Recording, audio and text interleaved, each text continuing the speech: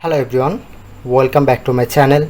In today's video I'm gonna show you how to change your DSLR camera device name. So first time on your camera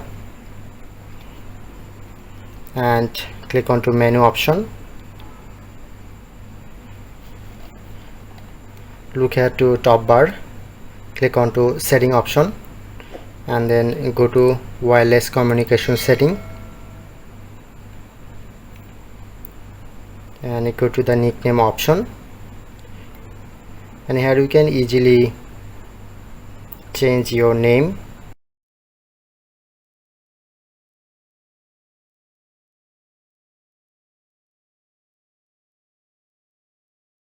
And then click onto OK. Click onto OK. Okay, now done. So that's how you can easily change your device name.